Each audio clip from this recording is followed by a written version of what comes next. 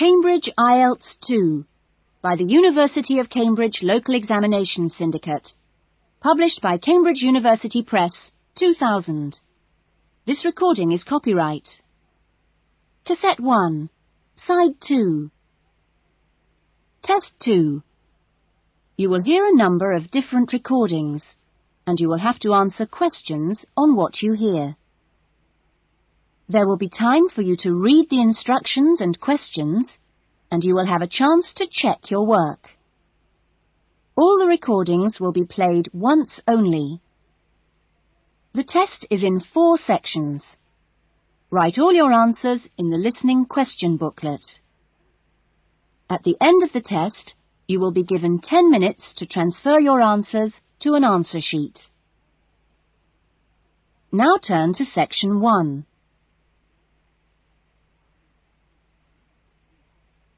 Section 1. Gavin, a newly arrived student, wants to insure the contents of his apartment. He calls an insurance agent to ask for information. First, you have some time to look at questions 1 to 6.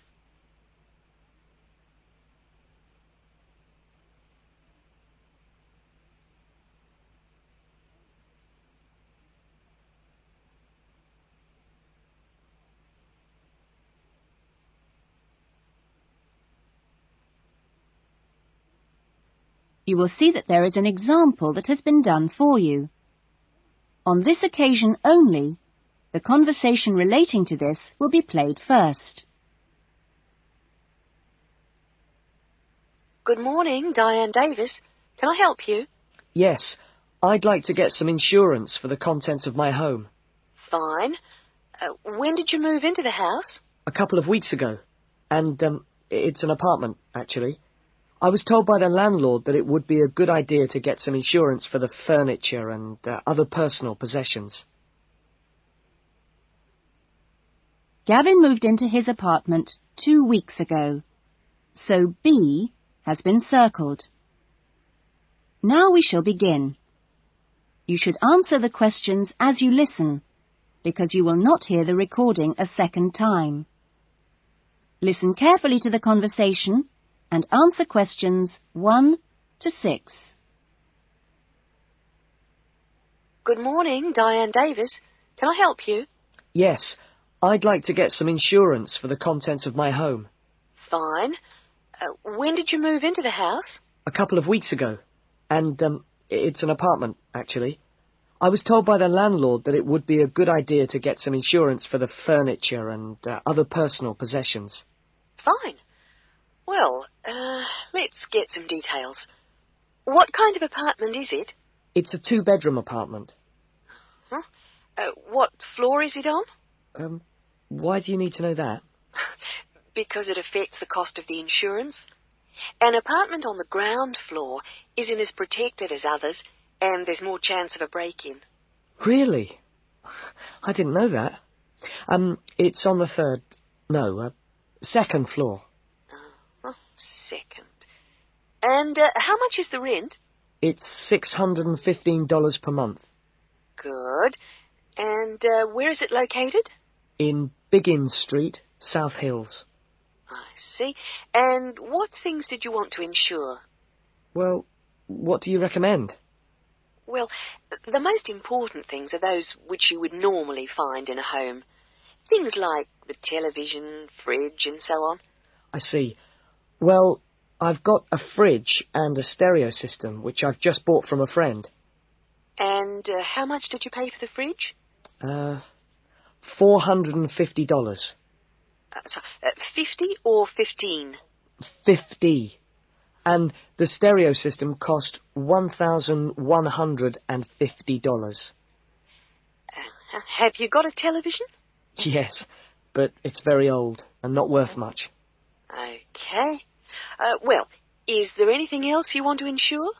Yes. I've got a couple of watches and my CDs and books. How much do you think they're worth? The watches are worth $1,000. For both of them? No, each one. And altogether, the CDs and books cost me about $400. Okay, so the value of everything you want to insure is $4,000. How much will the insurance cost? Let me see, $4,000 divided by plus 10%. Right, so this kind of insurance, that's private contents insurance, it comes to $184 for a 12-month period. $184? Well, that sounds pretty good. Okay, I'll take that policy. Before the conversation continues, you have some time to look at questions 7 to 10.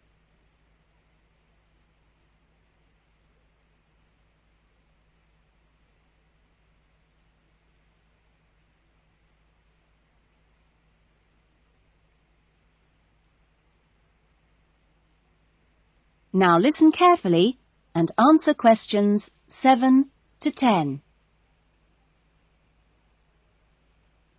Can I arrange the policy over the phone? Sure. Just let me get the details down. So, that's Mr. Gavin Murray. That's Murray. And the address is?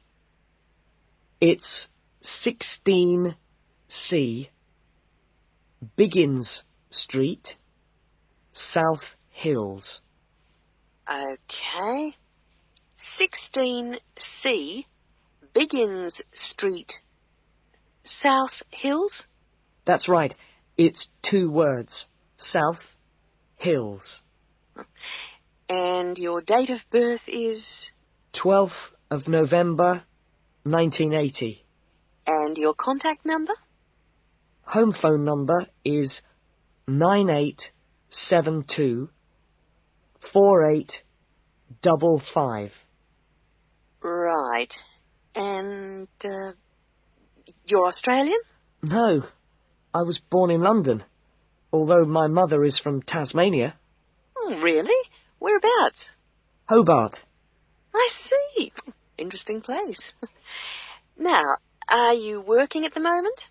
No, I'm a full-time student at Sydney University. Right. Good. That is the end of section 1. You will now have half a minute to check your answers.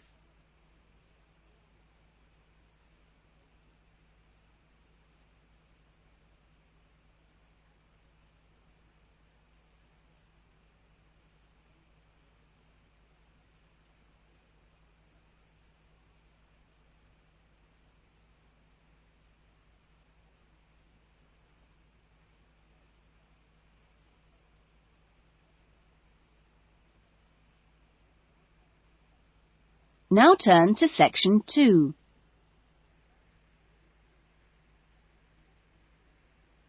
Section 2. You will hear an address by the college president welcoming new students to a residential college. First, you have some time to look at questions 11 to 14.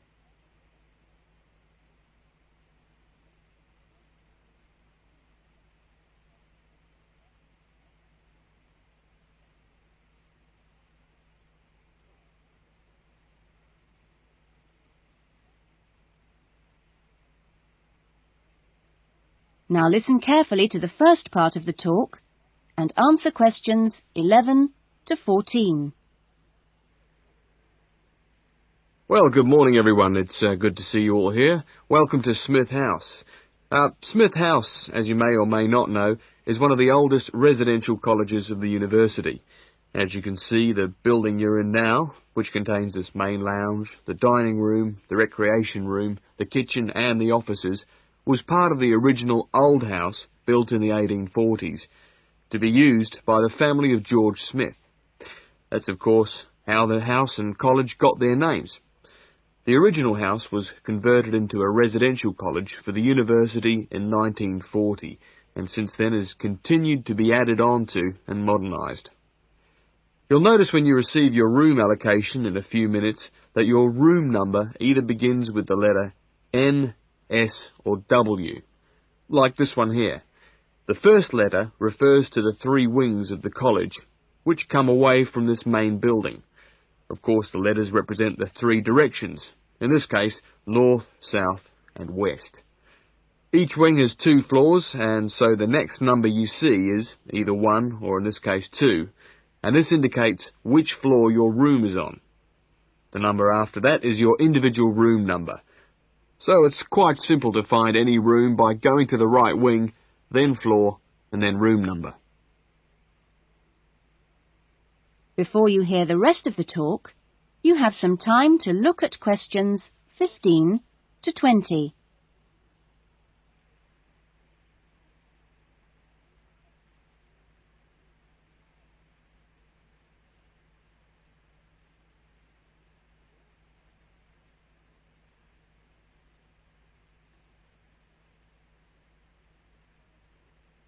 Now listen carefully and answer questions 15 to 20.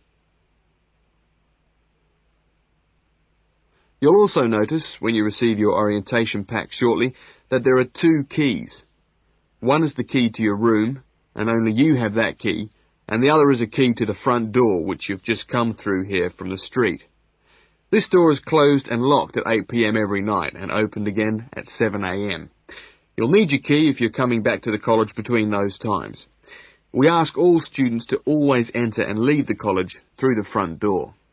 You'll notice at the end of each corridor that there is another door, but these are fire doors and are kept locked from the outside. They should only be opened from the inside in case of emergency. In your fees, you've paid a laundry fee, which covers the cleaning of bed linen and towels. All bed linen and towels are clearly embossed with the name Smith House, so it's easily identifiable. If you want your other laundry to be done by the college, this can be arranged for a small extra fee.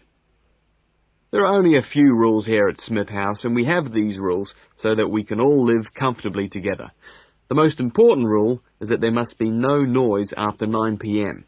There is also no smoking in the rooms or anywhere inside the college, but smoking is permitted on the balconies. All meals are served in the dining room. Meal times are listed in your orientation pack. Please read these carefully, as meal times cannot be changed, and if you arrive late, I'm sorry to say, you'll just go hungry. If you're unsure about things, each floor has an elected floor senior, who is usually a student in their 3rd or 4th year of study, who's been at Smith House for a while. The floor seniors will introduce themselves later today and answer any questions you have. But for now, I'm going to hand you over to Marnie, who is going to give you the orientation packs and keys. Thanks, Marnie. That is the end of section 2. You will now have half a minute to check your answers.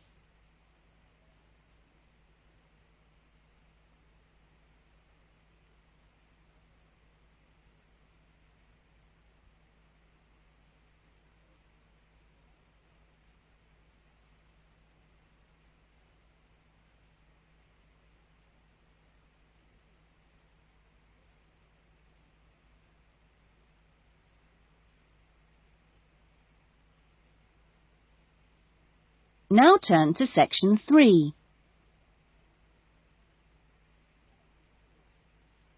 Section 3. You will hear a conversation between 2 students, Lynn and Robin, who are discussing an assignment. First, you have some time to look at questions 21 to 30.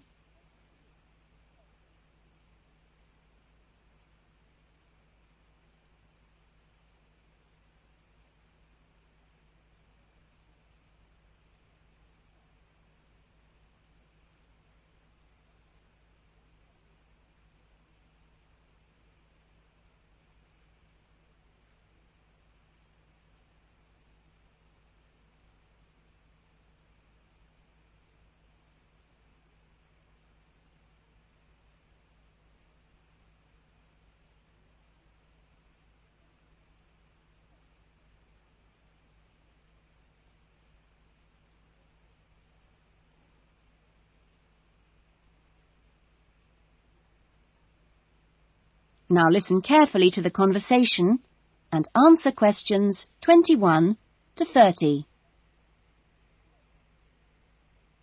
That essay we have to write, the one on how children learn through the media, how are you planning to write it? Well, I've given it some thought, and I think that the best way to approach it is to divide the essay into two parts.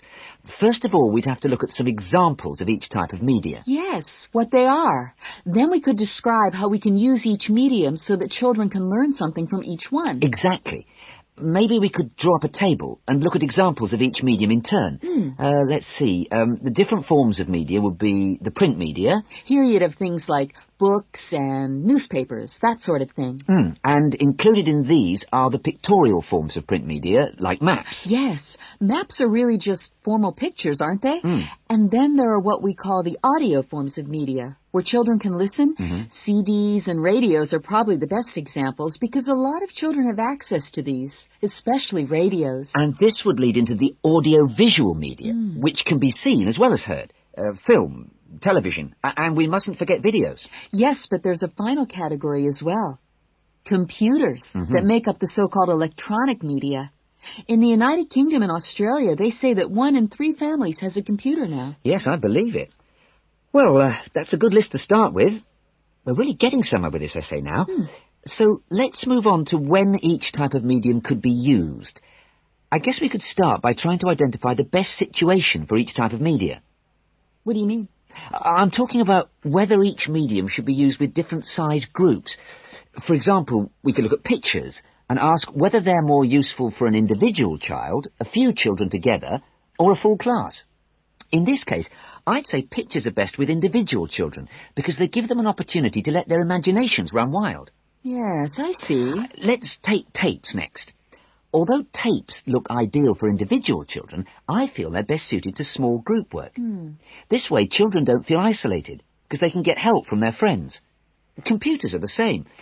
I think they're better with small numbers of children, and they're hardly ever useful with a whole class. Videos, however, are ideal for use with everyone present in the class, especially when children have individual activity sheets to help them focus their minds on what's in the video. And what about books? What would you recommend for them? Books are ideal for children to use by themselves. I know they're used with groups in schools, but I wouldn't recommend it. Other pictorial media like maps, though, are different. I'd always plan group work around those. Give the children a chance to interact and to share ideas. I agree. Teachers often just leave maps on the wall for children to look at when they have some free time. But kids really enjoy using them for problem solving. Yes. Different people have different ideas, I suppose. Yeah, and different teachers recommend different tools for different age groups. That is the end of section 3. You will now have half a minute to check your answers.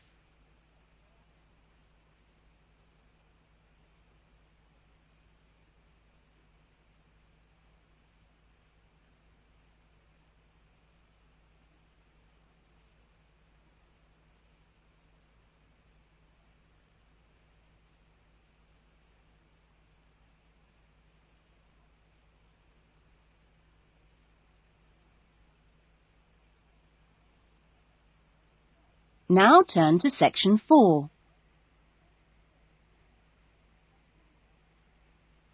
Section 4. You will hear a lecturer talking to a group of students at the beginning of a course in rural development. First, you have some time to look at questions 31 to 40.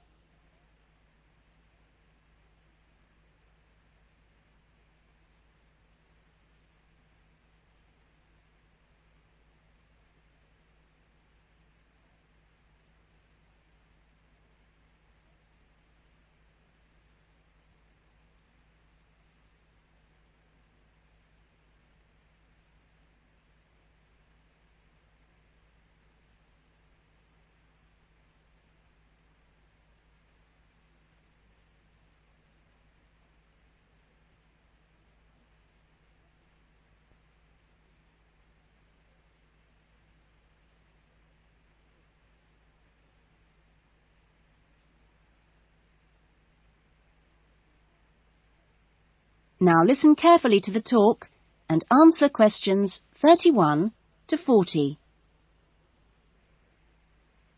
I hope that this first session, which I've called an Introduction to British Agriculture, will provide a helpful background to the farm visits you'll be doing next week. I think I should start by emphasising that agriculture still accounts for a very important part of this country's economy. We are used to hearing the UK's society and economy described as being industrial, or even post-industrial. But we mustn't let this blind us to the fact that agriculture and its supporting industries still account for around 20% of our gross national product. This figure is especially impressive, I think, when you bear in mind how very small a percentage of the UK workforce is employed in agriculture. This is not a recent development. You'd have to go back to 1750 or so to find a majority of the workforce in this country working in agriculture. By the middle of the next century, in 1850 that is, it had fallen sharply to 10%, and then to 3% by the middle of the 20th century. And now, just 2% of the workforce contribute 20% of GNP. How is this efficiency achieved? Well, my own view is that it owes a great deal to a history over the last 50 or 60 years of intelligent support by the state, mainly taking the form of helping farmers to plan ahead. Then the two other factors I should mention, both very important, are the high level of training amongst the agricultural workforce, and secondly, the recognition by farmers of the value of investing in technology. Now, although the UK is a fairly small country, the geology and climate vary a good deal from region to region. For our purposes today, we can divide the country broadly into three. I've marked them on the map here. The region you'll get to know best, of course, is the north, where we are at present. The land here is generally hilly, and the soils thin. The climate up here, and you've already had evidence of this, is generally cool and wet. As you'll see next week, the typical farm here in the north is a small, family-run concern, producing mainly wool and timber for the market. If we contrast that with the eastern region, over here, the east is flatter and more low-lying, with fertile soils and a mixed climate. Average farm size is much bigger in the east, and farms are likely to be managed strictly on commercial lines. As for crops, well, the east is the UK's great cereal-producing region. However, increasingly significant areas are now also given over to high-quality vegetables for supply direct to the supermarkets. The third broad region is the west, where it's a different story again. The climate is warmer than in the north and much wetter than in the east. The resulting rich soils in the west provide excellent pasture, and the farms there are quite large, typically around 800 hectares. The main products are milk, cheese and meat. So, clearly, there are marked differences between regions, but this does not prevent quite a strong sense of solidarity amongst the farming community as a whole, right across the country. This solidarity comes in part from the need to present a united front in dealing with other powerful interest groups, such as government or the media. It also owes something to the close cooperation between all the agricultural training colleges, through which the great majority of farmers pass at the beginning of their careers. And a third factor making for solidarity is the national structure of the Farmers' Union, of which virtually all farmers are members. Finally, in this short talk, I'd like to say a little about the challenges facing farmers in the next century. That is the end of section 4. You will now have half a minute to check your answers.